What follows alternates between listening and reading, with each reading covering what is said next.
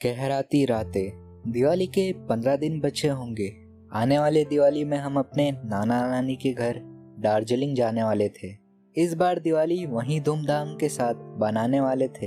यहाँ माताजी और पिताजी का यही विचार था। हालांकि मामा जी अक्सर मिलने आया जाया करते थे, पर मेरे नाना नानी काफी दूर रहने की वजह से नहीं मिल पाते थे। वह हम तीनों से बहुत कम मिला करते थे। मुंबई से दार्जिलिंग का सफर काफी लंबा होता है, इसीलिए नहीं आया करते थे और ना ही हम उनसे मिलने जाया करते थे। काफी समय हो चला था, इसीलिए माताजी और पिताजी ने वहाँ जाने का मन बना लिया था, और वह भी 1 महीने के लिए। यह सब माताजी के काफी जोर देने पर पिताजी माने थे। आज ही हम मुंबई से दार्जिलिंग के लिए निकल रहे थे। मैं तो नाना नानी के यहाँ पहली बार जा रहा था। इस वक्त मैं 8वीं का छात्र था। मैंने पहाड़ी इलाका कभी नहीं देखा था और ना ही वहाँ के मौसम के बारे में कुछ मुझे मालूम था। हम सुबह ही दार्जिलिंग के लिए रवाना हुए और तीसरे दिन सुबह सिलीगुड़ी पहुँचे। वहाँ से टैक्सी के जरिए नाना नानी के घर पहुँचे। आज शनिवार है। मेरे छोटे मामा जी अपने काम पर चले गए। वह सरकारी नौकर थे और काफी अच्छे पद पर थे। घर में नाना नानी, मामा जी और एक छोटी बच्ची रहती थी। नाना नानी हमें देखकर बहुत खुश थे। घर काफी बड़ा था और खूबसूरत भी था। 36 कमरों का एक बड़ा सा बंगला था। उसके आगे एक बहुत बड़ा सा आंगन था। आंगन में चारों तरफ तरह तरह के फूल लगे थे। आंगन के ठीक सामने एक छोटा सा लोहे का गेट बना हुआ था। अभी सुबह के 10 बजे का समय होगा। यहाँ पर काफी ठंड थी। अक्टूबर का महीना था। अभी से ही इतनी ठंड। नवंबर, दिसंबर और जनवरी में क्या हाल होता होगा। मुंबई में तो ठंड कब आई और कब चली गई पता ही नहीं चलता। माताजी ने मुझे तुरंत गर्म कपड़े पहनने को कहा। मैंने भी स्वेटर वगैरह निकाल कर पहन लिया। दोपहर के खाने के पश्चात नाना नानी अपने साथ मुझे अपना बाग दिखाने ले गए। बाग काफी बड़ा था और वहाँ पर तरह तरह के संतरे, नाशपाती के पेड़ और कई तरह के फल फूल लगे हुए थे। नानी ने मुझे 2 अनार तोड़ कर दिए। मैं बहुत खुश हुआ। मुझे अनार बहुत पसंद था। नानी ने कहा, घर जाकर इसे खा लेना। काफी देर तक मैं अपने नाना नानी के साथ घूमता रहा। शाम होते ही हम लौट आए। मामा जी अब तक लौट आए थे और माताजी और पिताजी के साथ बातें कर रहे थे। मुझे देखते ही मामा जी ने मुझे गले से लगा लिया और बहुत प्यार किया। दूसरे दिन सुबह मैं जल्दी उठ गया था। नानी ने मुझे गर्म दूध से भरा ग्लास दिया। नानी, मैं दूध नहीं पीता, सिर्फ चाय पीऊंगा, मैंने कहा। माताजी ने मुझे डांट कर कहा, ऐसा नहीं कहते। नानी ने कितने प्यार से तुम्हें गर्म दूध लाकर दिया है। दूध पीने के बाद चाय पी लेना। ठंड देख रहे हो ना, अभी से इतनी ज्यादा ठंड है। अगर आप दूध नहीं पियोगे तो आपकी यहाँ पर कुल्फी जम जाएगी। मैंने नानी के हाथ से ग्लास लिया और पीना शुरू कर दिया। शाबाश।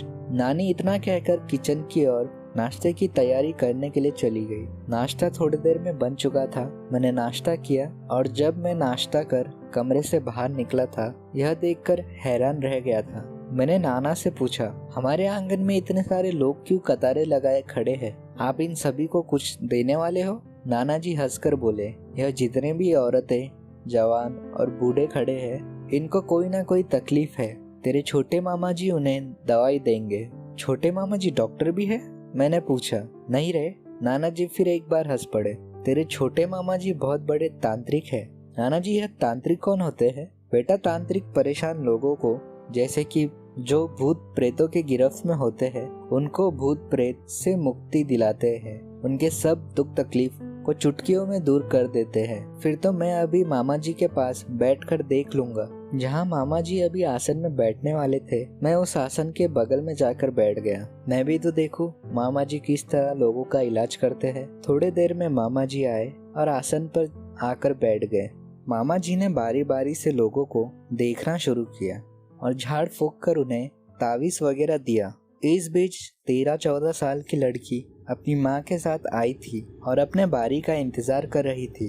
अचानक मामा जी उठे और अपने आसन छोड़कर लड़की के पास आ गए और उस लड़की की चोटी को कसकर पकड़ लिया। यह देखकर तो मैं डर गया था। मामा बोले, क्या नाम है तेरा? तू इस लड़की को क्यों परेशान कर रहा है? मैं काफी देर से अपने आसन में बैठे तेरी हरकतों को देख रहा था। यह मासूम बच्ची इस तरह की हरकत नहीं कर सकती है। मुझे छोड़ दो, मुझे छोड़ दो, लड़की ने चीखा। तो तू इस लड़की के पीछे क्यों पड़ा है? एक दिन की बात है, लड़की ने कहना शुरू किया। पीपल के पेड़ के नीचे दोपहर में सो रही थी। इसने आकर मेरे सिर पर 2-4 लाते झड़ दिए और मेरी नींद खराब कर दी। ऊपर से मेरे सीने में आकर बैठ गई। इसने 1 घंटे तक मुझे परेशान किया। अब उस बात का बदला लेने के लिए मैं इसके शरीर में आई हूँ और जब तक मैं यहीं रहूंगी जब तक ये मर नहीं जाती। इसने जानबूझकर यह गलती नहीं की। पीपल के पेड़ के नीचे सीमेंट का चबूतरा बना हुआ था। लोग अक्सर यहाँ आकर बैठा करते थे। तुझे सोने के लिए वही जगह मिली थी। मेरा नाम आरती है। मैं 10 साल पहले पीपल के पेड़ से लटक कर मरी थी। उसके बाद से मैं वहीं पर रहती हूँ।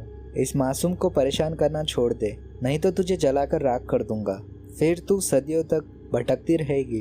अगर तू इसी वक्त इसे छोड़ देगी तो अगले रविवार को ही तुझे प्रेत योनि से मैं मुक्ति दिला दूंगा। यह तुझे मेरा वादा है। ठीक है। इतना कहकर लड़की बेहोश हो गई। उसकी मम्मी चंदा चंदा कहकर चिल्लाने लगी। मामा जी ने अपने आसन की ओर जाकर एक लोटे में पानी लाकर उस लड़की के शरीर में मंत्र उच्चारण के साथ छिटक दिया। कुछ देर बाद लड़की होश में आ गई और उठकर बैठ गई और चारों ओर देखने लगी। मुझे क्या हुआ? कुछ नहीं बेटा, उसकी मम्मी धीरे से बोली। कुछ देर बाद माँ बेटी मामा जी के आसन के करीब आकर बैठे। चंदा बेटी, तुम्हें मालूम है कब तुमने उसके साथ ऐसे हरकतें की थी? आज से 3 महीने पहले की बात है, जब मैं उस चबूतरे पर खेल रही थी। वह पीपल का पेड़ हमारे घर के सामने ही था। मैं वहाँ अकेली खेल रही थी। मेरे साथ कोई नहीं था। चबूतरे पर 2-4 पत्ते गिरे हुए थे तो मैंने उन पत्तों को पैरों से हटा दिया। उसके बाद मैं उधर जाकर बैठकर खेलने लगी। जब मेरी मम्मी खाने के लिए बुलाने पहुंची तब मैं वहाँ बेहोश पड़ी हुई थी। उस दिन के बाद से ही यह अनाप शनाप हरकतें करने लगी। उसकी मम्मी ने कहा। गंदी गंदी गालियाँ तक बकने लगी। यह सब करने के बाद वह बेहोश हो जाया करती थी। ठीक है, आज के बाद कोई इसे परेशान नहीं करेगा। मैंने सब ठीक कर दिया है। यह लो तावीज़, इसे पहना दो। फिर मामा जी ने वैसा ही किया। आने वाले रविवार को उस प्रेतनी को मुक्ति दिला दी। दोपहर के खाना खाने के बाद मामा जी के कमरे में मामा जी के साथ ही बैठा था। कैसा लगा बेटा हमारा गाँव? गाँव बहुत अच्छा है मामा जी, मुझे आपकी तरह बनना है। मैं आपसे सब कुछ सीख लेना चाहता हूँ। यह सब सीखने के लिए मजबूत दिल का होना बहुत ज़रूरी है। तुम्हें भूत प्रेतों से तो डर नहीं लगता ना? यह सिर्फ मजबूत दिल वाले लोग ही कर सकते हैं। ठीक है, मैं तुम्हें ज़रूर सिखाऊंगा, लेकिन तुम्हें पहला पड़ाव पार करना होगा। उसके बाद ही मैं तुम्हें सब कुछ सिखा दूंगा। तुम यह सब सीख कर क्या करोगे? मैं मुंबई जाकर खूब सारे पैसे कमा लूंगा। अमन बेटा, यह सब काम हम लोगों की भलाई के लिए करते हैं। हम किसी से भी एक पैसा नहीं लेते। अगर हमने लोगों से पैसा लेना शुरू कर देंगे हमारे परिवार को ही कष्ट सहना होगा। ठीक है मामा जी, मैं ऐसा कुछ भी नहीं करूँगा। आपकी तरह ही लोगों की सेवा करूँगा। दिवाली आने वाली है। उस रात मुझे शमशान भूमि में पूजा के लिए जाना है। मुझे पूरे मंत्रों को सिद्ध करना होगा। मेरे पास जो भी भूत प्रेत है उन्हें हर साल एक बार खुश करना होता है। वहाँ तुम्हें हर तरह के भूत प्रेत आंखों के सामने दिखाई देंगे। तब तो बड़ा मजा आएगा। मामा जी को मैंने खुश होकर बोला। ठीक है, फिर मामा जी ने कहा। फिर वह दिन भी आ गया। पहले मामा जी ने मेरे माताजी और पिताजी से इजाज़त ली, पर नाना जी इस पक्ष में नहीं थे। यह बच्चा है और तमाम बातें थी यह सोचकर, पर मैं जिद पर अड़ गया। नाना जी और नानी जी को मानना ही पड़ा। दिवाली हमने काफ़ी अच्छी तरीके से मनाई थी। गांव के पंडित जी आए और लक्ष्मी पूजा संपन्न कराए। खूब पटाखे फोड़े। मामा जी अपने तैयारी में जुटे थे। हम ठीक रात 11 बजे पूजा की सामग्री के साथ निकल पड़े शमशान भूमि की ओर। 1.5 घंटे पश्चात हम शमशान भूमि के बगल में जहाँ बच्चों को दफनाया जाता है, मामा जी उस ओर बढ़ गए। शमशान में अभी भी लाशें जल रही थी। लंबे लंबे लपटें उठ रही थी। मैंने शमशान भूमि पहली बार देखी थी। मन में हल्का सा डर पैदा हुआ। मैंने अपने दिल को मजबूत कर मामा जी के साथ आगे बढ़ गया। पहले मामा जी ने एक जगह झोले से पानी की बोतल निकालकर उस जगह पर हल्के हल्के पानी का छींटा मारा और 2 केले के लंबे पत्ते निकालकर उस जगह पर बिछा दिया और एक एक कर उनके ऊपर पूजा की सामग्री सजाने लगे और बगल में एक छोटा सा हवन कुंड भी तैयार किया गया। तैयारी में करीब आधे घंटे का समय लगा होगा। रात के लगभग 1 बजे का समय होगा। उसके बगल में मामा जी ने गोल घेरा बनाया। उस घेरे के बीचों बीच मुझे बैठने को कहा। मैं तुरंत ही अल्टी पल्टी मारकर उस घेरे में जा बैठा। मामा जी ने मेरे ऊपर एक कंबल ओढ़ा दिया और एक खास हिदायत दी थी, कुछ भी हो जाए इस घेरे के बाहर नहीं निकलना।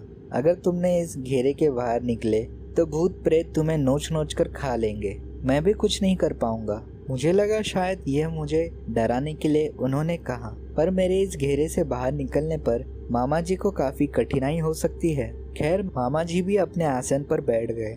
मैं भी चारों ओर से कंबल लपेटे हुए घेरे के बीच था। मामा जी ने पूजा अर्चना शुरू की। पहले सरसों पढ़कर मेरे गोल बने घेरे के चारों ओर डाल दिया। उसके बाद अपनी पूजा फिर दोबारा से अपने आसन पर बैठकर करने लगे। पूजा खत्म होने में करीबन 2.5 घंटे का समय लगा होगा। बैठे बैठे मेरा शरीर पूरा अकड़ गया था। मामा जी ने पहले मशानों को आह्वान किया।